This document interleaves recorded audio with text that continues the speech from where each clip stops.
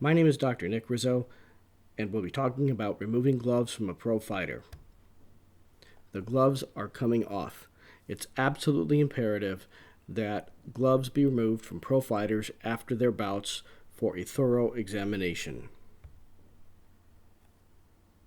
Why are we talking about something that seems so easy and empirically simple? The reason is because sometimes a few small tricks of the trade can make life a lot easier. There are challenges to doing a post-bout exam. Sometimes you have an agitated fighter. You need to get through the exam efficiently to pay attention to the next bout. You have to have the ability to do a thorough exam, and sometimes the injuries become visible after the gloves are removed.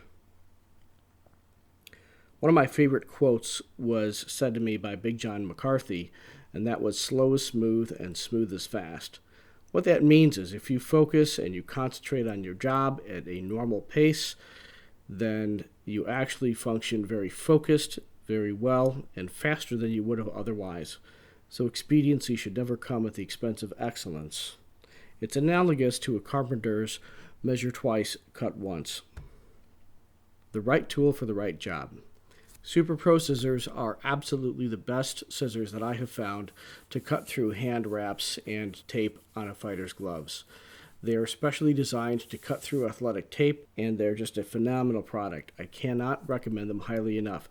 They're a little pricey, but if you're going to be doing this for a long time, then I would absolutely invest in them. Now, I would also suggest having your name engraved in them or marked in some way because they absolutely will walk. Additionally, they cut through wraps very quickly, so be very careful with them. Don't forget to wear your gloves. The fighter's gloves will have blood on them, sweat, bodily fluids. Be sure to wear your gloves as professional. There are a couple different types of boxing gloves. The older type have laces, and when you're cutting them off, you don't want to cut the laces of the gloves. And I'll show you a little bit about that, what I mean, in the next slide. Newer boxing gloves, especially kickboxing gloves, have a strap around the wrist, and that's usually covered by duct tape. You can see in this slide here, I'm cutting through the duct tape, but I had to be very careful to not get the scissors underneath the strap and destroy the glove. MMA gloves are a little different than boxing gloves, of course. You can see the fingers are open, so you're going to have more finger injuries in MMA than you will in boxing. But I want you to notice this opening here that the thumb comes out. The muscles at the base of the thumb also come out, so you actually have to get the glove past that.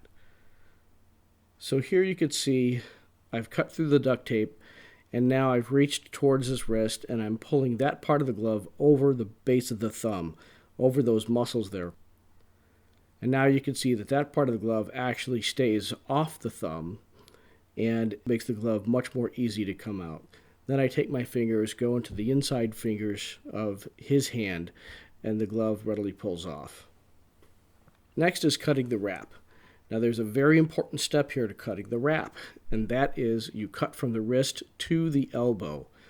The reason is you could have a hand injury that we'll see in a second. As you can see in this slide, after the scissors cut, there's a high pressure from the tight wrap that gets released and the scissors can jump. And if you're cutting from the elbow towards the wrist, it'll actually jump and snip and cut the muscles at the base of the thumb. This slide is an actual MMA fighter who had the person cutting his wrap off injure his thenar muscles. Sometimes these injuries can be quite bad. When you start cutting the wraps off, you always ask the fighter if they want to keep the wraps. A lot of these fighters view the wraps as trophies. Sometimes they even pin them up in the walls of the gym.